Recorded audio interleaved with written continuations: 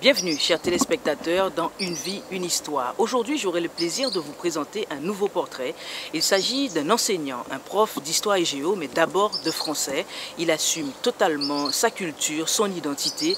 Il est 100% authentique, 100% naturel. On y va, nous allons à la rencontre aujourd'hui de Guy Tyrolien. Nous sommes donc avec Guy Tyrolien, professeur d'histoire et géo, mais qui est d'abord professeur de français. Alors Guy, vous avez une enfance un petit peu particulière. Vous avez été conçu en Afrique, vous êtes né en France et vous êtes reparti en Afrique. Guy, parlez-nous de votre enfance. Mon enfance était une enfance assez spéciale, effectivement. Je pense que toutes les enfances sont spéciales, mais bon, la mienne aussi. Et en fait, effectivement, j'étais conçu au Niger. Et puis né en France, dans les Hauts-de-Seine. Et ensuite, je suis reparti avec mes parents, donc tout petit bébé, tout petit enfant, au Mali, à Bamako, où j'ai grandi. Donc j'étais à l'école, c'était à l'époque Modibo Keïta qui était le président de ce pays. Et puis ensuite, je suis allé au Gabon, où régnait Albert Bernard Bongo. Voilà. Donc j'étais à l'école, je me souviens par exemple qu'on chantait l'hymne national avant d'aller en classe. Éveille-toi Gabon, une aurore se lève, qui vibre et nous soulève, qui vibre et nous soulève. Bon, c'était une ambiance assez spéciale. J'aimais beaucoup, je me sentais bien en Afrique.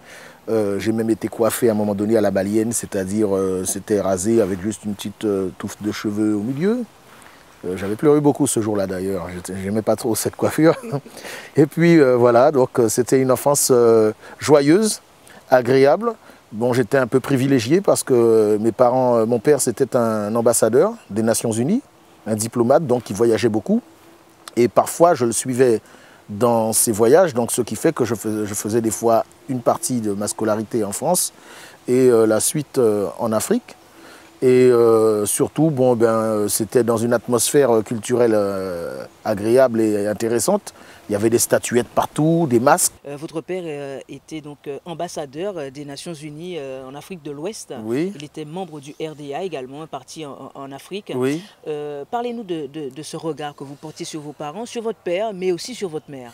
Alors, mon père, c'était quelqu'un de très calme, qui, pour moi, représentait la sagesse.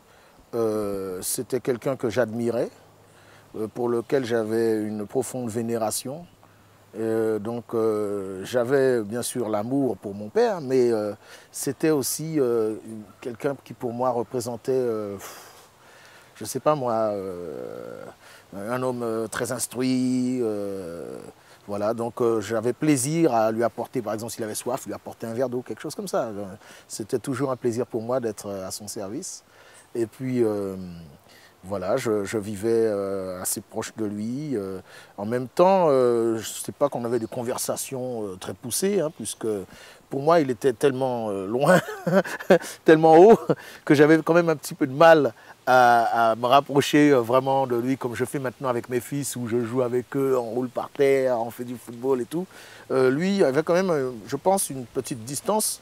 Il rencontrait des chefs d'État, des ministres, des choses comme ça, donc c'était très très solennel. Il fallait des fois faire des réceptions dans lesquelles j'aimais bien me rendre aussi. Et j'étais petit, donc j'étais embêtant, donc des fois on m'envoyait me coucher au lieu que je puisse participer avec tout le monde. Donc c'était un petit peu énervant parfois, mais c'était enrichissant voilà, de l'entendre. Et puis de le voir, il lisait beaucoup. Il lisait dans plusieurs langues, il maîtrisait plusieurs langues. Et moi, ce qui m'étonnait, c'est qu'il arrivait à lire plusieurs livres en même temps. Donc souvent, sur son bureau, il y avait 2-3 livres. Et je trouvais ça un peu épatant, quoi, que quelqu'un puisse lire 3-4 livres en même temps, quoi. Voilà. Et de votre mère, quel souvenir Alors ma mère, c'était une personne... Là, oui, sûr, voilà. Oui. C'est une personne super proche de nous, très gentille, qui avait des fois le devoir de nous punir un petit peu. Donc elle nous tirait un petit peu les oreilles. Ça ne nous faisait rien, mais on faisait semblant quand même d'avoir honte ou bien mal. Mais bon, elle est toujours là, c'est notre mère chérie. C'est la personne qui était femme au foyer, donc qui avait tout son temps pour s'occuper de nous. Et voilà, et c'est une personne qui aime recevoir, qui aime partager et qui aime communiquer. Donc elle nous a, je pense, transmis cette sociabilité, quoi, ce petit côté amour, quoi, amour du prochain. Et voilà. J'avais aussi ma grand-mère qui vivait avec nous, parce que c'était une famille pas fermée, mais assez grande. Et j'avais aussi ma tante. Donc en fait, ma grand-mère, c'était une personne très religieuse, très croyante, et avec une grande sagesse. Donc c'est elle qui m'a, je pense, transmis le côté spirituel, la foi. Voilà.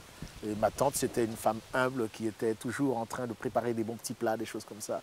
Donc c'était ça la famille. Toute cette culture que vous ramenez ici, c'est Oui. quand même important pour les Guadeloupéens, pour vous-même.